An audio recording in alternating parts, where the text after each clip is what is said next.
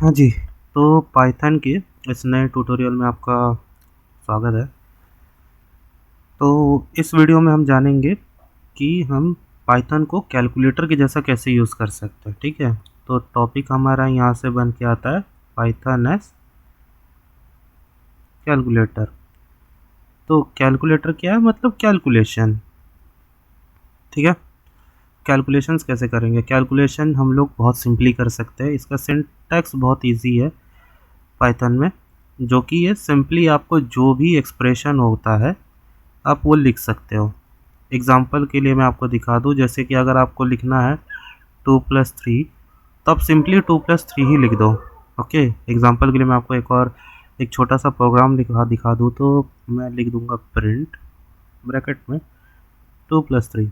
इसका जो आउटपुट है वो हमको तुरंत 5 मिल जाएगा। ओके, पाइथन में कैलकुलेशन करना बहुत ही सिंपल है। खाली हम लोग को इसके अंदर बाद में चल के एक रूल जानना होता है, दैट इज़ प्रेसिडेंस रूल, ठीक है? प्रेसिडेंस रूल हम लोग अभी बाद में पढ़ेंगे। तो अभी के लिए हम देखते हैं कि पाइथन में सिंपल कैलकुलेशन कैसे होता है। मैं ले चलता हूँ आपको अपने पाइथन के स्क्रीन पे, और जैसे मैं लिख दूँ प्रिंट, आप इसमें कुछ भी कर सकते हो, बड़ा से बड़ा भी नंबर कुछ दे सकते हो, जैसे 5 × 3 / 3 इंटू का 8, ठीक है? जैसे मैंने ये बहुत बड़ा सा नंबर दे दिया। अब इसको सेव करके मैं अगर इसका आपको आउटपुट दिखा दूँ, तो ये देखिए 120 इसका आउटपुट है। ओके, आप इसको दूसरे तरीके से भी कर सकते हैं अगर आप वेरिएबल में स्टोर करवाते हो। जैसे अगर मैं एक वेरिएबल ले लेता हूँ एक्सप्रेशन नाम का, एक्सप्रेशन इक्वल टू, और इसके अंदर मैं कोई फिर से यही सेम चीज़ दे देता हूँ। मैंने यही चीज़ दे दी और फिर से मैं प्रिंट करा देता हूँ, प्रिंट एक्सप्रेशन EXP। ओके, ये भी हम जानेंगे आगे कैसे क्या हो रहा है। तो यहाँ पर आप देख सकते हो मुझको 120 फिर से मिल गया है। ओके, तो एक्सप्रेशन लिखना तो बहुत आसान है पाइथन में। आप सिंपली और कोई भी एक वेरिएबल लेके एक्सप्रेशन डाल सकते हो, या फिर आप सीधा प्रिंट में भी उसे आप लिख सकते हो। ओके, तो बढ़ते हैं हम अपने अगली चीज़ की तरफ, जो कि है ऑपरेटर, जो पाइथन में यूज़ हो सकते हैं, ठीक है? तो मैं यहाँ हेडिंग दे देता हूँ, जैसे ऑपरेटर इन पाइथन। तो बहुत सारे ऑपरेटर्स होते हैं जो आपने स्कूल में भी पढ़ा होगा और कॉलेज में भी आपने पढ़ा होगा। तो जैसे कि पहला ऑपरेटर जैसे प्लस हो गया, माइनस हो गया। मल्टीप्लाई पे ध्यान देना है, ये मल्टीप्लाई आपका जो स्टार होता है ना, वो वाला है। उसके बाद आपका एक हो गया डिवाइड, एक हो गया आपका, इसे हम कहते हैं इंटीजर डिवीजन, इसको हम कहते हैं मॉड्यूलो, और इसको हम कहते हैं पावर, ठीक है? मैं लिख देता हूँ, इसको हम कहते हैं पावर, इसको कहते हैं MUDULO मॉड्यूलो, इसको हम कहते हैं इंटीजर डिवीजन। ओके, ये होता है आपका नॉर्मल डिवीजन, ये होता है आपका मल्टीप्लाई, और ये हो गया आपका माइनस, ठीक है? और ये हो गया आपका एडिशन, ऐड। अगर मान लीजिए कि मैं अगर दो वेरिएबल ले लूँ, जैसे A = 5 और एक और वेरिएबल ले लेता हूँ B = 10। ओके, तो अगर मैं इसको ऐड कराऊँ A+B, मुझको आंसर मिलेगा 15। ओके, माइनस करवाऊँगा मैं, जैसे B-5, तो मुझको आंसर, सॉरी B-A, तो मुझको आंसर मिलेगा 5। ओके, मल्टीप्लाई करेंगे जैसे B इंटू A, इस मुझको कितना मिलेगा 50। ओके, अगर मैं डिवीजन करवाऊँगा जैसे कि B/A, तो मुझको आंसर मिलेगा 2। ठीक है, 2 क्यों मिल रहा है? 2 इसलिए मिल रहा है 10/5, ठीक है? ये होता है 2। अभी अगर ये इंटीजर डिवीजन में मैं एक काम करता हूँ, जैसे अगर b है, मैं b को अपडेट कर देता हूँ एग्जांपल के लिए, b = 13 से। ओके, तो अगर मैं अब b/a करूँगा, तो अभी भी मुझको आंसर 2 ही मिलेगा। अब क्यों 2 मिलेगा, इसके पीछे की कहानी देखिए। पाइथन है ना, नॉर्मली जैसे हम लोग नॉर्मल डिवीजन कैसे करते हैं, ऐसे करते हैं, आपको ही पता ही होगा। तो हम इसको क्या करेंगे, 5×2 = 10, ठीक है, बचा 3, पॉइंट लगाया, 0 बैठाया, 5×6 = 30, ठीक है, 0 आ गया। तो इसका जो अच्छा वाला जो आंसर है, इसका ओरिजिनल आंसर 2.6 है, लेकिन पाइथन क्या करेगा, सिर्फ 2 ही देगा। क्यों? क्योंकि यहाँ पर पहले डिफाइन हो गया इंटीजर, ठीक है? ये होता है इंटीजर। अगर मैं इसको और अच्छे से बताऊँ, तो अगर आप जब कॉलेज में ग्राफ चैप्टर अगर आपने पढ़ा होगा या फिर आप पढ़ोगे तो मैं इसके पीछे की थोड़ी सी कहानी बता दूं। अगर हम कोई भी नंबर लिखते हैं, जैसे 2.60 अगर मैंने लिखा है, तो ये नंबर दो पार्ट्स में टूटा है। आप भी बोलोगे कि हाँ सर सही बात है, दो पार्ट में। पहला वाला पार्ट आपका मेन नंबर है, ठीक है, और जो दूसरा वाला आपका जो पार्ट है वो आपका माइनर होता है।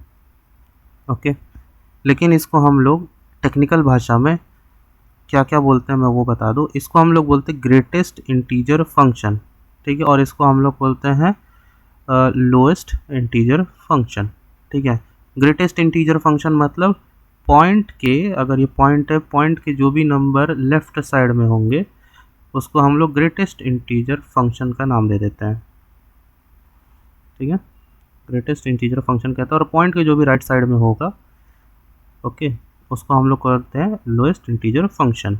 तो जो इंटीजर डिवीजन है वो सिर्फ ग्रेटेस्ट इंटीजर को ही उठाता है, ओके। तो ये सिर्फ क्या करेगा, ये सिर्फ आपके पॉइंट के लेफ्ट वालों को ही उठाएगा। भले ही आपका नंबर कुछ भी रहने दे, पॉइंट लगा के 9 7 6 3 2 1 कुछ भी रहने दे, बड़ा सा डॉट डॉट डॉट कुछ भी रहने दीजिए, कोई मतलब नहीं है, वो सिर्फ 2 को ही उठाएगा, ओके। तो ये हो गया आपका ग्रेटेस्ट इंटीजर फंक्शन। यहाँ से आपको पता चल गया कि इंटीजर डिवीजन क्या होता है। अब ये मॉड्यूलो क्या करता है, मॉड्यूलो बेसिकली इसका काम होता है आपका रिमाइंडर देना, ठीक है, रिमाइंडर देना। अब एग्जांपल के लिए मैं जैसे 3 को डिवाइड करूँ 2 से, तो 2 1 2 बचा 1, तो ये आ गया मॉड्यूलो, ओके। अगर मैं अभी जो अपना b है वो 13 ही मान के चले, तो मैं अगर b मॉड्यूलो a करूँगा, ठीक है, तो मुझको आंसर क्या मिलेगा, मुझको आंसर सिर्फ 3 मिलेगा, ओके। अब 3 क्यों मिलेगा, क्योंकि 13 माइनस 10 करेंगे तो हमको सिर्फ 3 ही मिलता है, ये भूल जाइए, ओके। अब ये पावर क्या होती है, जैसे अगर मैं कर दूँ b की पावर a, ये बहुत बड़ा हो गया, आप खुद ही कर लीजिए। हमारा b 13 था और पावर कितना आ गया 5, और या फिर मैं इसको ऐसा लिख सकता हूँ 13 की पावर 5, ठीक है। तो यहाँ से जो भी आंसर आएगा XYZ वो होता है। अब इसी चीज़ को हम पाइथन में एक बार देख लेते हैं जल्दी से क्या क्या होता है। मैं एक काम करता हूँ, सेम ही एग्जांपल रखता हूँ। मैं मान लेता हूँ a इज़ इक्वल टू 5 और b इज़ इक्वल टू कितना 13, जी। मैं फटफट लिख देता हूँ। प्रिंट सबसे पहले हम करा देते हैं a प्लस बी, ओके। फिर उसके बाद हम करा देंगे प्रिंट, ठीक है, b माइनस ए। आप a माइनस बी भी करा सकते हो, ऐसा कुछ नहीं है, आपको नेगेटिव आंसर मिल जाएगा, ठीक है। a माइनस बी करा देते हैं, ओके। फिर उसके बाद आपका आता है प्रिंट, यहाँ क्या कर देते हैं, जैसे b divide by a, okay. फिर उसके बाद आपका नेक्स्ट आता है प्रिंट, अगला क्या था हमारा, b आ गया, b double divide by a, ठीक है, इसको हम लोग कहेंगे इंटीजर डिवीजन। फिर उसके बाद आपका अगला क्या था, प्रिंट लगा के b मॉड्यूलो मतलब परसेंट वाला साइन a, ठीक है, ये आपका रिमाइंडर देगा। और लास्ट में आता है आपका प्रिंट b की पावर a, ओके। इसमें हम लोग क्या भूल रहे हैं, यस एक चीज़ और भूल रहे हैं, मल्टीप्लाई करना, तो वो भी मैं लिख देता हूँ, प्रिंट ब्रैकेट में a इंटू b, ठीक है। सेव करके इसको हम चलाएंगे तो ये देखिए यहाँ पर आपको सारे आंसर मिल जा रहे हैं।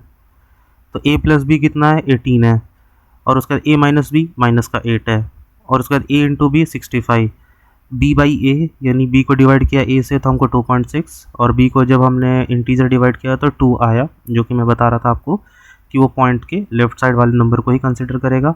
उसके बाद ये मॉड्यूलो मतलब रिमाइंडर, हमको जाहिर सी बात है 13 को अगर हम 5 से डिवाइड करेंगे तो 3 रिमाइंडर आएगा, और जो 13 की पावर अगर आप 5 करोगे तो आपको मिलेगा ये एक बड़ा सा नंबर 47 12 93, ठीक है। तो ये हुआ आपका पाइथन में कैलकुलेशन। अब अगले चैप्टर में हम सीखेंगे राउंड ऑफ किस तरह से किया जाता है, और प्रेसिडेंस रूल भी हम अगले चैप्टर में देखेंगे। तब तक के लिए पाइथन को आप एंजॉय करिए, थैंक यू।